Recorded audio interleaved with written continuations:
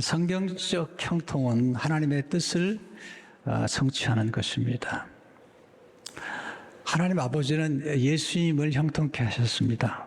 이사야는 장차 오실 예수님께서 형통하는 종이 될 것이다, 그렇게 예언하고 있습니다. 이사야 52장 13절을 보게 되면 보라 내 종이 형통하리니 받들어 높이 들려서 지극히 존귀하게 되리라. 이 종은 예수 그리스도를 의미해요. 종은 일하는 사람이죠. 일꾼은 이 일을 잘해야 됩니다.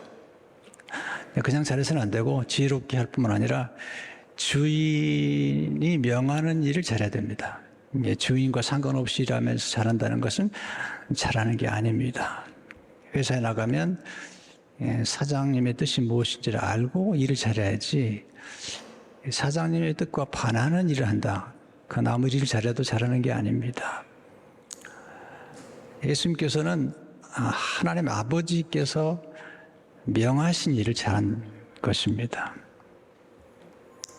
근데 예수님의 그 형통의 비밀은 고난에 있었습니다. 그래서 52장 다음에 이사 53장인데 이사 53장을 고난받는 종, 예수님의 십자가의 모습과 부활의 모습이 담겨 있습니다. 우리 형통을 얘기할 때 세상적인 형통과 좀 다르잖아요. 우리 형통 속에는 고난이 담겨 있죠. 이사 53장 10절을 보게 되면 여호와께서 그에게 상함을 받게 하시기를 원하사, 이 상함은 상처죠.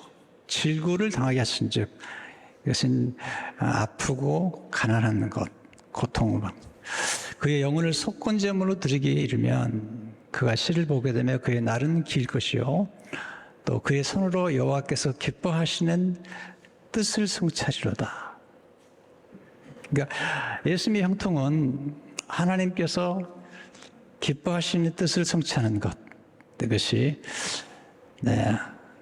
예수님의 형통인 것입니다. 주님 십자가에 죽으시고 부활하심으로 아버지께서 맡기신 이 일을 이루셨죠. 요한복음 17장 4절을 보시면 아버지께서 내게 하라고 주신 이 일을 내가 이루고 아버지를 이 세상에서 영화롭게 하였사오니, 하나님은 이 일을 맡기시고 이 일을 통해 축복하세요. 근데 가끔 어떤 분들 만나보면 인생의 목표가 뭐냐고 그러면 은퇴하는 거라고 그래요. 여러분, 은퇴하는 건 우리의 삶의 목표가 아니죠. 하나님 이를 통해서 축복하시고 이를 통해서 우리에게 기쁨을 주시고 보람을 주시고 좋은 만남을 주시고 또 우리의 삶을 풍성케 하시잖아요. 그러니까 우리가 어떤 직임에 나이가 들어서 어떤 직임이나 어떤 직장을 은퇴할 수 있지만 하나님이 우리에게 주신 사명, 소명은 평생 가는 거죠. 저도 때가 되면 제 직임, 담임 목회자는 직임에서 내려와야죠. 은퇴하죠. 그러나 제게 주신 업은 말씀을 증거하고 또 글을 쓰고 제자를 삼고 사람을 키우고 남기고, 이건 저의 업이에요. 우리가 일에 대해서 얼마나 의미를 두느냐가 중요하잖아요. 요한복음 5장 17절에 보시면 예수께서 그들에게 이르시되 내 아버지께서 이제까지 일하시니 나도 일한다 하시매. 하나님 아버지께서 예수님께 맡긴 이 일을 감당하셨어요. 근데 가장 중요한 건 일을 할 때 지혜롭게 하는 거죠. 그래서 이사야 50장 13절의 말씀을 현대인 성경은 이렇게 번역했어요. 보라 내 종은, 여호와께서 말씀하신다. 보라 내 종은 지혜롭게 할 것이며, 이게 형통이라는 단어와 지혜라는 단어가 똑같은 뜻을 가지고 있어요. 똑같은 어원을 크게 높임을 받을 것이다. 예수님 지혜롭게 행하셨잖아요. 예수님 지혜가 잘하고 지혜가 충만하고 예수님 안에 지혜와 지식이 넘쳤죠. 골로새서 3절을 보게 되면 그 안엔 지혜와 지식의 모든 보화가 감춰지느니라. 그래서 예수님의 지혜를 우리가 따라가면 지금도 우리 삶 가운데 형통할 수 있는 축복을 경험하게 되는 것입니다. 어떻게 하면 형통할 수 있을까요? 예수님 어떻게 형통하셨을까요? 첫째로 준비를 잘하는 것이 형통의 지혜입니다. 예수님은 서두르지 않으셨어요. 30년을 기다리셨어요. 첫 번째 아담은 태어날 때부터 어른이었어요.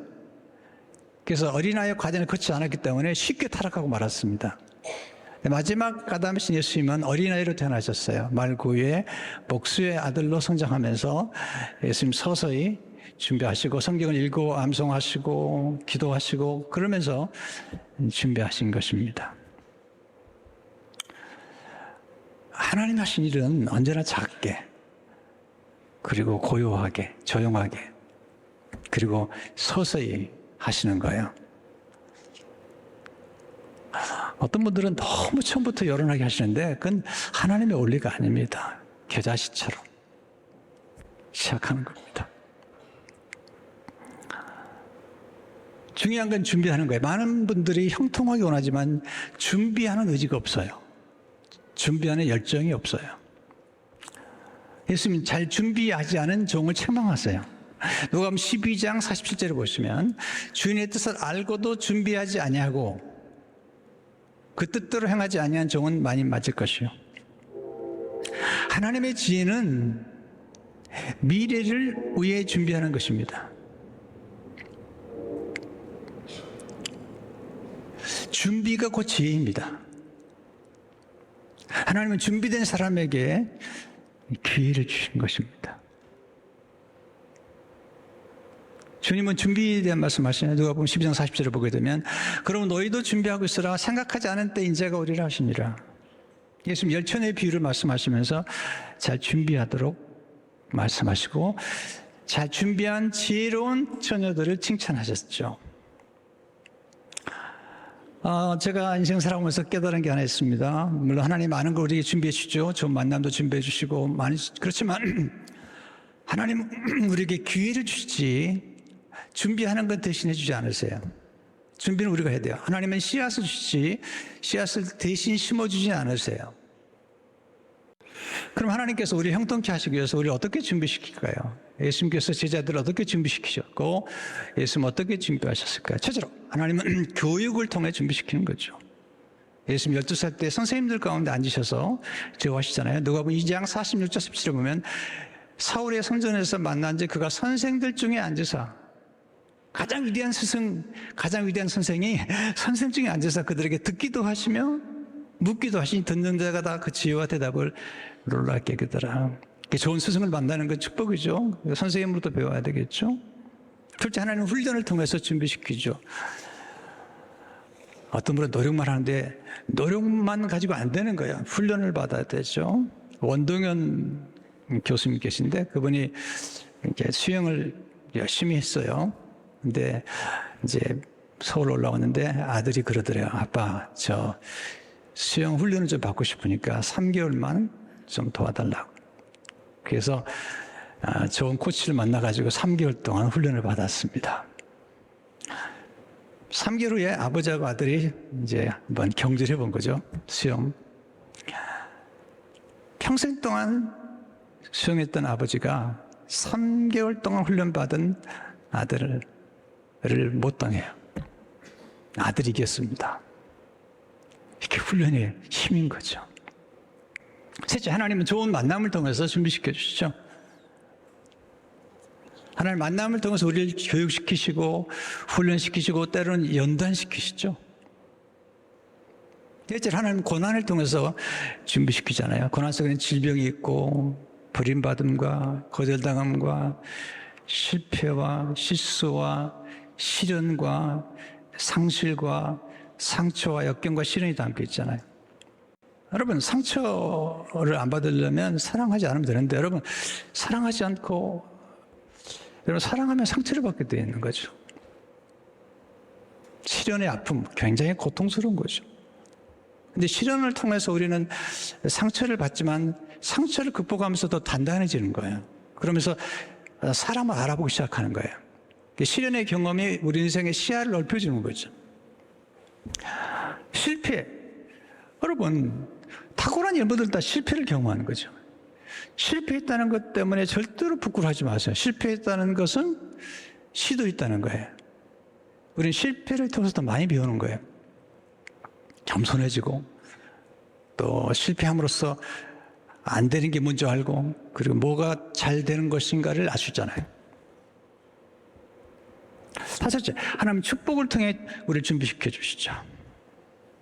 노력만 가지고 안 되죠. 훈련만 가지고 안 되죠. 축복을 받아야죠.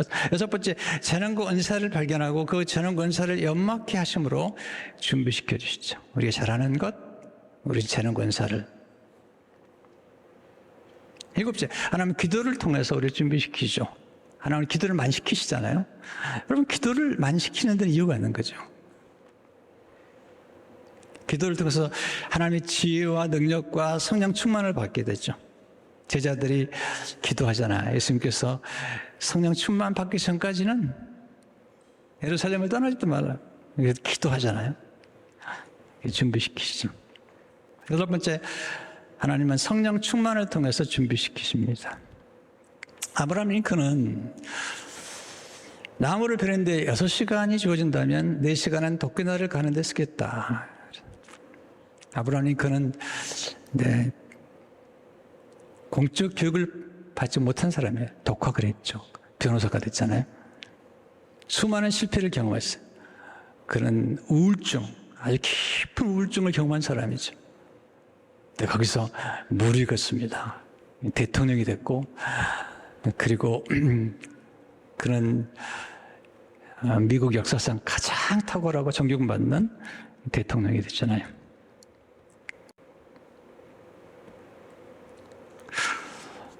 오늘 아침에 제가 성경 읽다가 발견한 말씀이에요. 열왕기상 20장 22절을 아침에 읽었는데, 그 선지자가 이스라엘 왕에게 나와 이르되 왕은 가서 힘을 기르고, 이게 준비하는 거예요. 힘을 기르는 거죠. 실력을 통해서 힘을 기르는 거예요. 이거 다 힘을 기르는 거잖아요. 왕께 생활지를 알고 준비하소서. 해가 바뀌면 아람 왕을 치러 오리이다 하니라. 지혜 있는 자는 강하고 지식 있는 자는 힘을 더하는 거죠. 힘을 기르야죠. 창세기 41장 36절을 보면 요셉의 지혜예요. 이와 같이 그 곡물을 이 땅에 저장하여 애굽 땅에 임할 7해 흉년에 대비하시면, 저축하고 그 대비하라는 거예요. 땅에 이 흉년으로 말미암아 망하지 아니하리이다. 준비한대요. 우리 교회가 이렇게 땅을 구입하고 아름다운 공동체를 세워나가셨던 것은 교회가 시작되면서 우리 장로들과 상의를 했습니다. 우리 언젠가는 장소가 필요할 텐데 헌금의 5분의 1을 저금합시다. 요셉이 5분의 1씩을 저축한 것처럼 저축을 한 거죠. 그래서 기회를 주신 거죠. 이렇게. 그다음에 또 저축을 했어요. 그래서 다시 건축을 하고 여기까지 온 거죠. 준비한다는 것은 적합한 타이밍, 적합한 때를 위해서 준비하는 거예요. 예수님은 자주 말씀하셨어요. 내 때가 이르지 아니하였다. 내 때가 찼죠. 십자가 돌아가신 거죠. 사람은 모두 다 각자의 때가 있는 거예요. 때가. 그 때를 분별하고 때를 적합하게 찾아야 됩니다. 우리 모두에게는 적합한 때가 있죠. 적합한 타이밍. 탁월한 이들은 타이밍이 정확해요. 타이밍. 정확한 타이밍이 필요한 거죠. 두 번째, 사명에 집중하는 것이 형통의 지혜죠. 예수님 모든 문제를 해결하지 않으셨어요. 이 땅에 오셔서. 모든 사람의 병을 고쳐주지 않으셨어요. 모든 사람을 기쁘게 하려고 하지 않았어요. 예수님 모든 사람들에게 기쁨을 주려고 하셨지만 바리새인들에게는 엄하셨어요. 하나님 아버지를 기쁘게 하는데 예수님 최선을 다하셨죠. 예수님 자주 표현한 게 인자가 온 것은 그러잖아요. 로마서 19장 10절에 보면 인자가 온 것은 잃어버린 자를 찾아 구원을 함이니라. 마가복음 1장 45절에 보세요. 인자가 온 것은 섬김을 받으려 함이 아니라 도리어 섬기려 하고 자기 목숨을 많은 사람의 대속물로 주려 함이니라. 요한복음 10장 10절에 보면 내가 온 것은 야너 생명을 얻게 하고 더 풍성히 얻게 하려는 것이라. 예수님은 인기에 집착하지 않으셨어요. 사명에 집착하는 거죠. 예수님 새벽에 기도하시니까 제자들이 찾아왔어요. 예수님 사람들이 막 몰려왔습니다. 인기가 최고입니다. 예수님이 마가복음 1장 38절 39절에서 이렇게 말씀하시죠. 이르시되 우리가 다른 가까운 마을들로 가자. 거기서도 전도하리니 내가 이를 위하여 왔노라 하시고 이에 온 갈릴리에 다니시며 그들이 여러 회당에 전도하시고 또 귀신들을 내쫓으다. 내가 이를 위하여 왔노라 하시고 우리가 살아야 될 이유, 삶의 이유가 있는 겁니다. 그럼 어떻게 사명에 집중할 수 있겠는가? 첫째로 사명에 집중하기 위해서는 사명을 깨달아야 되죠. 어떻게 깨닫죠? 이 사명은 우리의 재능과 은사와 우리의 기질과 성향과 우리 안에는 거룩한 부담감과 관련되어 있어요. 또 우리가 주신 어떤 기술 관련되어 있어요. 그러니까 사명을 자각하는 날, 축복의 날이죠. 사명은 하나님이 이 땅에 우리를 보내신 이유입니다. 살아야 될 이유. 사명은 하나님의 심부름을 성취하는 것입니다. 근데 하나님은 지혜로우셔서 우리가 할 수 없는 것을 시키지 않으세요. 하나님 우리가 잘할 수 있는 것, 우리 손에 있는 것, 우리의 재능과 은사, 기술 이런 걸 통해서 역사하시는 거예요. 두 번째, 사명에 집중하기 위해서는 가지치기를 잘해야 되죠. 모든 것을 잘하려고 하지 마세요. 그럴 수 없습니다. 그 욕심을 내려놓으셔야 돼요. 그건 이제 욕심인 거죠. 정말 중요한 일에 집중해야죠. 풍성한 열매의 비밀은 가지치기에 있습니다. 요한복음 15장 2절을 보게 되면 물은 내게 붙어있어 열매를 맺지 않은 가지는 아버지께서 그것을 제하여 제거해 버리시고 물은 열매를 맺는 가지는 더 열매를 맺게 하려 그것을 깨끗하게 하시느니라. 이 사명에 집중해야죠. 가장 슬픈 일은 중요하지 않은 일을 잘하는 겁니다. 여러분 제가 목사잖아요. 근데 제가 화투를 굉장히 잘해요. 이 동양화의 도 같았어요. 그래서 뭐 고, 스탑, 고, 더블 고, 뜨리고 막 그러면 너무 여러분 저를 존경하시겠죠? 가장 슬픈 일은 잘못된 방법으로 성공하는 것입니다. 가장 슬픈 일은 성공을 사명 완수가 아닌 죄를 지는데 사용하는 것입니다. 예수님 모든 사람을 제자로 삼지 않으셨어요. 모든 사람을 사도로 삼지 않으셨어요. 모든 사람을 사랑하셨어요. 이게 여러분 교회에서도 마찬가지예요. 모든 사람이 다 장로님이 될 수 없어요. 모든 사람이 다 목회자 될 수 없어요. 하나님 모든 사람 사랑하세요. 그러나 그 직임에 따라서 하나님이 역사하는 거니까 그건 사랑의 문제가 아니라니까요. 역할의 문제인 거죠. 기능의 문제인 거죠. 그러니까 하나님께서 우리 부르실 때 각자에게 주신 기능과 역할이 있는 거죠. 예수님 12명만 사도로 선택하시잖아요. 그러니까 또 예수님 또 세 사람씩 데려가시고 또 그중에 베드로를 수제로 삼으셨잖아요. 그럼 다른 제자를 사랑하지 않은 건가요? 그게 아니라는 거예요. 그 기능이 있는 거잖아요. 세 번째, 좋은 성품을 따라 일하는 것이 형통의 지혜죠. 하나님의 관심은 우리가 사명을 완수할 때 어떤 성품을 가지고 완수하느냐에 관심이 많으세요. 가장 아름다운 사역은 좋은 성품에서 나오는 거죠. 좋은 성품은 좋은 태도를 의미하죠. 좋은 태도는 미래 예고편 같은 거예요. 사도 바울은 로마 옥중에 있으면서 빌립보서를 썼어요. 그러면서 빌립보서 5절에 이렇게 얘기하죠. 너희 안에 이 마음을 품으라고 그리스도 예수의 마음이요. 근데 현대 성경에 보면 이걸 이렇게 번역을 했어요. 여러분은 그리스도 예수님과 같은 태도를 가지십시오. 태도가 중요한 거잖아요. 태도를 보면 미래를 볼 수 있잖아요. 12명의 정탐 가운데 10명의 태도, 그들은 원망하고 부정적이고 불신하고 이런 태도를 가졌어요. 안 된다는 거예요. 근데 2명의 요소 갈렙은 가능하다는 겁니다. 할 수 있다는 것입니다. 긍정하는 것입니다. 감사하는 것입니다. 좋은 태도는 좋은 성품을 만드는데 예수님 어떤 성품이죠? 첫째로 겸손한 성품이죠.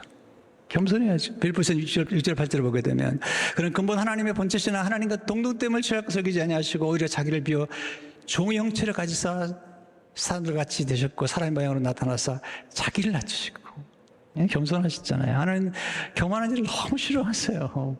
야고보 4장 6절을 보시면 그러나 더욱 큰 은혜를 주시나니 그런 분을 일렀을 때 하나님이 교만한 자를 물리치시고 겸손한 자에게 은혜를 주신다 했느니라. 여러분 겸손한 사람이 축복을 키우고 보존하고 나눌 수 있는 거죠. 두 번째, 순종하는 성품이죠. 예수님께서 빌립보서 4장 8절을 보세요. 죽기까지 복종하시니고 십자가에 죽으십니다. 여러분, 순종이 정말 중요한 거예요. 특별히 끝까지, 죽기까지, 끝까지 순종하는 게 중요한데, 아담과 하와는 그 놀라운 축복을 받았잖아요. 엄청난 사명을 받았어요. 땅을 다스리고 모든 걸 다스리는, 그리고 에덴 동산을 경작하는 사명을 받았는데 그들이 범죄했어요. 불순종함으로 망한 거죠.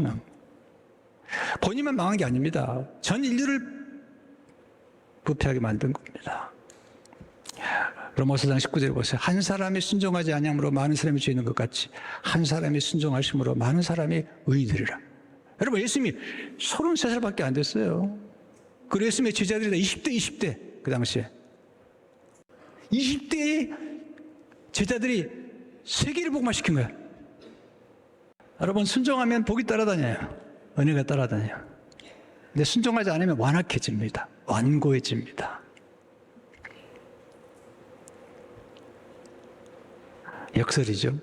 순종하면 축복해 주시고 겸손하면 하나님이 은혜를 주시는 거죠. 높여주시는 거죠. 빌립보서 9절 11절을 보세요. 여러분, 하나님이 그를 지극히 높여 모든 이름에 뛰어난 이름을 주사 하늘에 있는 자들과 땅에 있는 자들과 땅 아래에 있는 자들을 모든 무릎을 예수 이름에 꿇게 하시고 모든 입으로 예수 그리스도를 주라시나요 하나님 아버지께 영광을 돌리게 하셨느니라. 예수님이 십자가와 부활을 통해서 형통하셨죠. 이사 50장 13절을 다시 한번 보세요. 보라의 종이 형통하리니 받들어 높이 들려서 즉히 존귀하겠더라. 여기 받들어 높이 들려서 이게 뭔지 아세요? 이 십자가죠. 요한복음 3장 14절을 보세요. 모세가 광야에서 뱀을 든 것 같이 인자도 들려하리니 이게 뭔지 아세요? 이 십자가예요. 십자가 고난. 요한복음 12장 32, 33절을 보세요. 내가 땅에서 들리면 모든 사람을 내게로 이끌겠노라 하시니 이렇게 말씀하시면 제가 어떠한 죽음으로 줄 것을 보시미라. 예수님이 들리면 십자가에서 고난을 통해서 연약해지심으로 아니 수동태가 됐어요. 수동태. 아무것도 할 수 없는 수동태가 되었는데 거기서 놀라운 구원의 역사가 이루어진 거죠. 그럼 우리에게 영생을 주신 거죠. 예수님 혼자서 일하지 않으셨어요. 성령님의 도움을 받았어요. 요한복음 3장 34절을 보니까 하나님 보내시는 하나님 말씀 하나님 이런 하나님의 성령을 한량없이 주십니다. 마태복음 12장 18절을 보세요. 그러나 내가 하나님의 성령을 힘입어 귀신을 쫓아내는 것이면 하나님의 나라가 이미 너에게 임하였나저라. 성령이 없이는 어떻게 일할 수 있습니까? 사도행 10장 38절을 보십시오. 하나님 나사렛 예수에게 성령과 능력을 기름 붓듯 하셨으며 그가 두루 다니시며 선한 일을 향하시고 마귀에 눌린 모든 사람을 고치셨으니 하나님이 함께 하셨습니다. 여러분, 한량없는 은혜가 필요한 거예요. 우리는 인간의 노력만 가지고 안 돼요. 저도 해봤는데 노력은 한계가 있어요. 제가 이제 다음 주부터 압도적인 은혜에 대한 설교를 12주 동안 할 텐데 약간 예고편해드리면 이런 거예요. 여러분들 기도할 때도 아벨라 에타르사가 그렇게 얘기하죠. 기도할 때도 마치 기도할 때 저기 우물에 가서 물을 퍼오는 게 있다는 거예요. 그것도 중요하죠. 어떤 사람은 펌프질을 해가지고 우물 좀 넣고 마저물 좀 넣고 놀랍잖아요. 어떤 분은 수도관을 깔아가지고 물을 가져오는 거죠. 대단한 거죠. 그런데요, 하늘에서 그냥 축복이 소낙비가 唰 내리면 한꺼번에 여러분 그런 일이 있기를 축원합니다. 물론 노력해야죠. 그렇지만 하나님이 복을 주시면 그냥 엄청난 일이 벌어지는 거예요. 예수님 안에는 은혜와 진리가 충만했어요. 이거 디멘션이다. 요한복음 1장 14절을 보시면 말씀 입시되 우리 가운데 거하신 우리가 그 영광을 보니 아버지 독생자 영광이 은혜와 진리가 충만하더라. 율법은 내가 뭔가를 해야 되는 거예요. 근데 은혜는 하나님 모든 걸 해주시는 거죠. 에베소 1장 7절을 보세요. 우리는 그리스도 안에서 그의 은혜의 풍성함을 따라 그의 피로 말미암아 성량꽃 죄사함을 받았느니라. 여러분, 죄사함이 우리 노력으로 되나요? 수양으로 되나요? 안 되는 거죠. 은혜의 풍성함을 따라 우리 갈 일이 뭐죠? 은혜의 영광을 선포하는 거죠. 에베소 1장 5절 보세요. 그 기쁘신 뜻을 예정하사 예수 그리스도로 말미암아 자기 아들들이 되게 하셨으니 이는 그가 사랑하신 자 안에서 우리에게 거저 주시는 바 그 은혜의 영광을 찬송하게 하려는 것이라. 그래서 이제 다음 주부터 제가 10일 동안 압도적인 은혜에 대한 설교를 하려고 그래요. 왜냐하면 은혜 속에 하나님의 지혜가 담겨 있어요. 무궁한 지혜가 담겨 있는 거죠. 성도 여러분, 예수님을 따라가십시다. 예수님을 벌써 준비하셨잖아요. 네, 훈련도 받으시고 더불어 일하시잖아요. 집중하셨어요. 집중하셨어요. 하나님은 형통하기를 원하세요. 오늘 이 말씀을 기억하고 여러분 생각 가운데 형통의 축복이 있기를 주의 이름으로 축원합니다.